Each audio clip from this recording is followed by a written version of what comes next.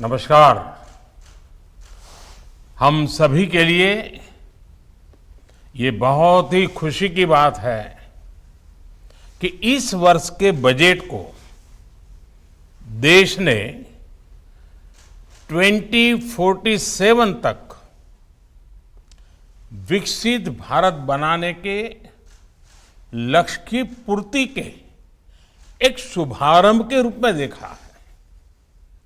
Budget को भावी अमृतकाल की दृष्टि से देखा और परखा गया है। ये देश के लिए शुभ संकेत है कि देश के नागरिक भी अगले 25 वर्षों को इन्हीं लक्ष्यों से जोड़कर देख रहे हैं। साथियों, बीते 9 वर्षों में देश विमेन लेड डेवलपमेंट के विजन को लेकर आगे बढ़ा है। भारत ने अपने बीते वर्षों के अनुभव को देखते हुए विमेन डेवलपमेंट से विमेन लेड डेवलपमेंट के प्रयासों को वैश्विक मंच पर भी ले जाने का प्रयास किया है। इस बार भारत की अध्यक्षता में हो रही G20 की बैठकों में भी ये विषय प्रमुखता से छाया हुआ है। इस वर्ष का बजट भी विमेन लेड डेवलपमेंट के इन प्रयासों को नई गति देगा और इसमें आप सभी की बहुत बड़ी भूमिका है। मैं इस बजट वेबिनार में आप सभी का स्वागत करता हूं। साथियों, नारी शक्ति की संकल्प शक्ति, इच्छा शक्ति, उनकी कल्पना शक्ति, उनकी निर्णय शक्ति, त्वरित फैसले लेने का उनका सामर्थ्य निर्धारित लक्ष्यों को प्राप्त करने के लिए उनकी तपस्या, उनके परिश्रम की पराकाष्ठा, ये हमारी मातृशक्ति की पहचान है। ये एक प्रतिबिंब है। जब हम विमेन लेड डेवलपमेंट कहते हैं तब उसका आधार यही शक्तियां हैं। मां भारती का उज्जवल भविष्य सुनिश्चित करने में नारी शक्ति का यह सामर्थ्य भारत की अनमोल शक्ति है। यही शक्ति समूह इस शताब्दी में भारत के स्केल और स्पीड को बढ़ाने में बहुत बड़ी भूमिका निभा रही है। साथियों, आज हम भारत के सामाजिक जीवन में बहुत बड़ा क्रांतिकारी परिवर्तन महसूस कर रहे हैं।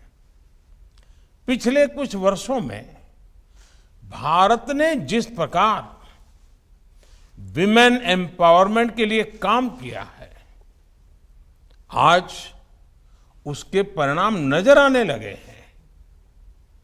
आज हम देख रहे हैं कि भारत में पुरुषों की तुलना में महिलाओं की संख्या बढ़ रही है।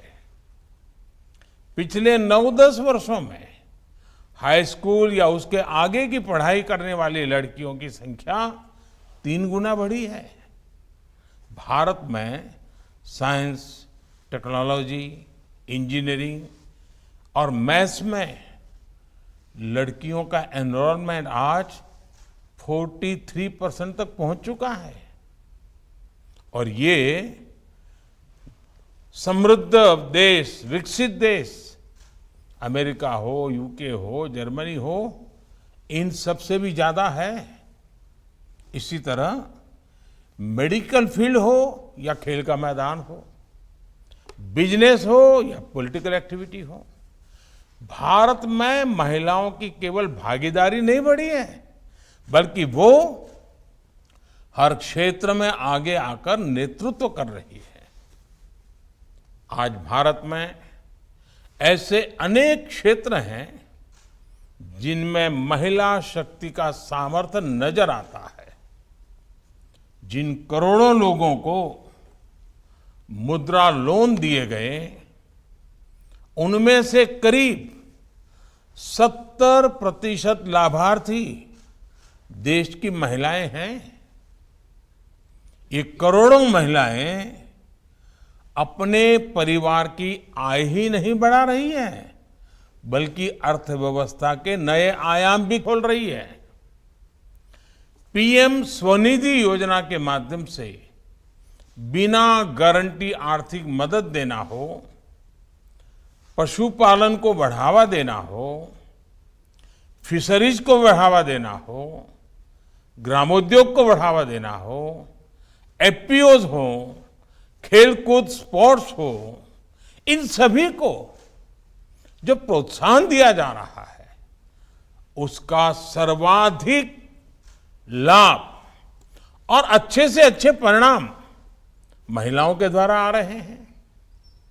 देश की आधी आबादी के सामर्थ्य से हम देश को कैसे आगे ले जाएं, हम नारी शक्ति के सामर्थ्य को कैसे बढ़ाएं, इसका प्रतिबिंब इस बजट में भी नजर आता है। महिला सम्मान सेविंग सर्टिफिकेट स्कीम, इसके तहत महिलाओं को 7.5% इंटरेस्ट रेट दिया जाएगा। इस बार के बजट में पीएम आवास योजना के लिए करीब 80,000 करोड़ रुपए रखे गए हैं। ये राशि देश की लाखों महिलाओं के लिए घर बनाने में काम आएगी। भारत में बीते वर्षों में पीएम आवास योजना के जो 3 करोड़ से अधिक घर बने हैं, उनमें से अधिकांश महिलाओं के ही नाम है। आप कल्पना कर सकते हैं, वो भी एक जमाना था जब महिलाओं के लिए न तो कभी खेत उनके नाम होते थे, न खलिहान उनके नाम होते थे, न दुकान होती थी, न घर होते थे। आज इस व्यवस्था से उन्हें कितना बड़ा सपोर्ट मिला है।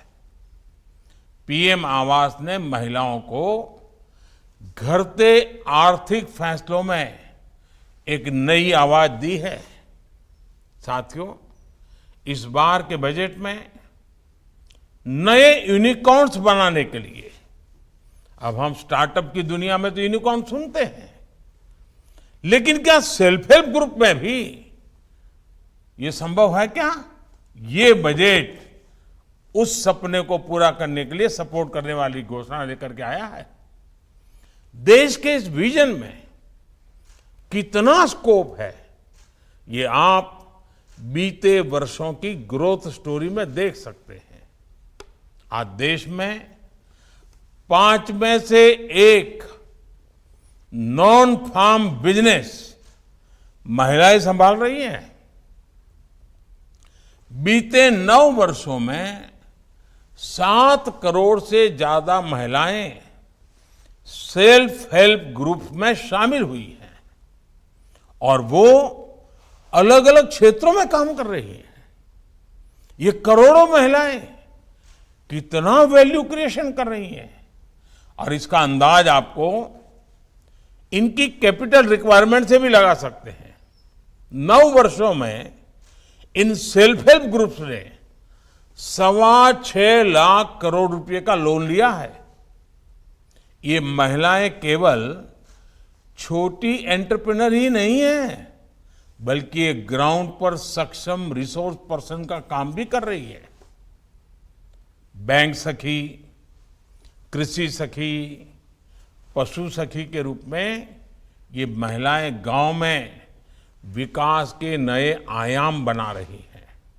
साथियों, सहकारिता क्षेत्र, उसमें भी महिलाओं की हमेशा बड़ी भूमिका रही है। आज कोऑपरेटिव सेक्टर में आमूलचूल बदलाव हो रहा है।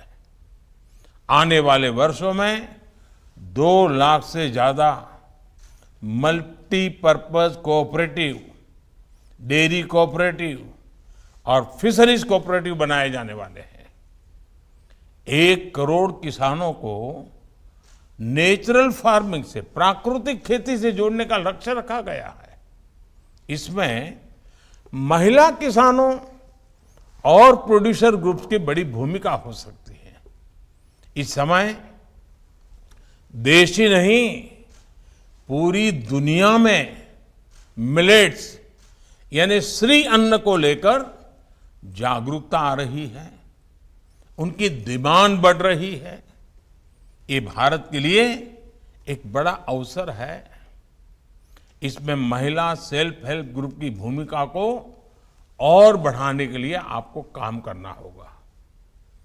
आपको एक और बात याद रखनी है, हमारे देश में 1 करोड़ आदिवासी महिलाएं सेल्फ हेल्प ग्रुप्स में काम करती हैं। उनके पास ट्राइबल क्षेत्रों में उगाए जाने वाले श्री अन्न का पारंपरिक अनुभव है। हमें श्री अन्न की मार्केटिंग से लेकर इनसे बने प्रोसेस्ड फूड से जुड़े अवसरों को टैप करना होगा।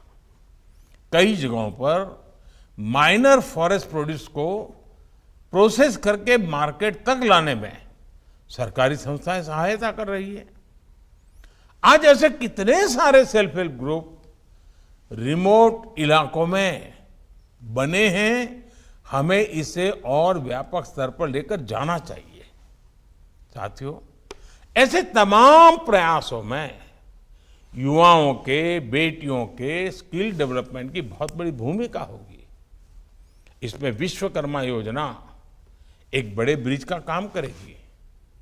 हमें विश्वकर्मा योजना में महिलाओं के लिए विशेष अवसरों को पहचान कर उन्हें आगे बढ़ाना होगा।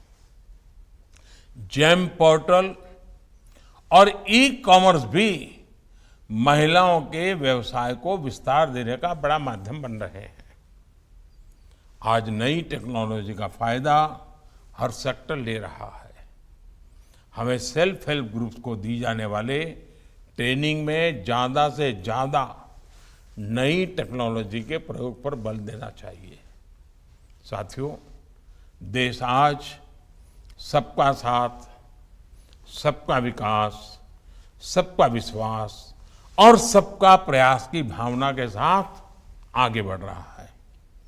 जब हमारी बेटियां सेना में जाकर देश की सुरक्षा करती दिखाई देती हैं, राफेल उड़ाती दिखाई देती हैं, तो उनसे जुड़ी सोच भी बदलती है।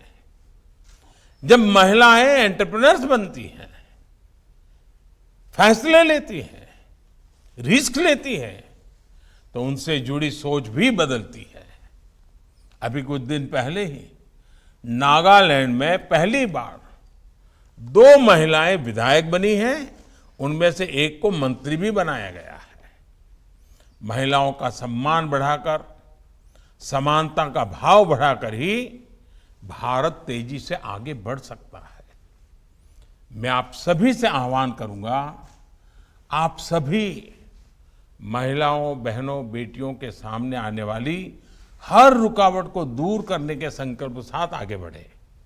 साथियों, 8 मार्च को महिला दिवस राष्ट्रपति द्रौपदी मुर्मू जी ने महिला सशक्तिकरण, उस पर एक बहुत ही भावुक आर्टिकल लिखा है। इस लेख का अंत राष्ट्रपति मुर्मू जी ने जिस भावना से किया है, वो सभी को समझनी चाहिए। मैं इस लेख से उन्हीं को कोट कर रहा हूं। उन्होंने कहा है, हम सबकी, बल्कि प्रत्येक व्यक्ति की ये जिम्मेदारी है कि इस प्रगति को तेज गति प्रदान की जाए। इसलिए आज मैं आप सबसे, प्रत्येक व्यक्ति से, अपने परिवार, आस पड़ोस अथवा कार्यस्थल में एक बदलाव लाने के लिए स्वयं को समर्पित करने का आग्रह करना चाहती हूं। ऐसा कोई भी बदलाव जो किसी बच्ची के चेहरे पर मुस्कान बिखेरे, ऐसा बदलाव जो उसके लिए जीवन में आगे बढ़ने के अवसरों में वृद्धि करे, आपसे मेरा ये अनुरोध हृदय की गहराइयों से निकला है। मैं राष्ट्रपति जी के इन्हीं शब्दों के साथ अपनी बात समाप्त करता हूं। आप सभी को बहुत बहुत शुभकामनाएं देता हूं। बहुत बहुत धन्यवाद।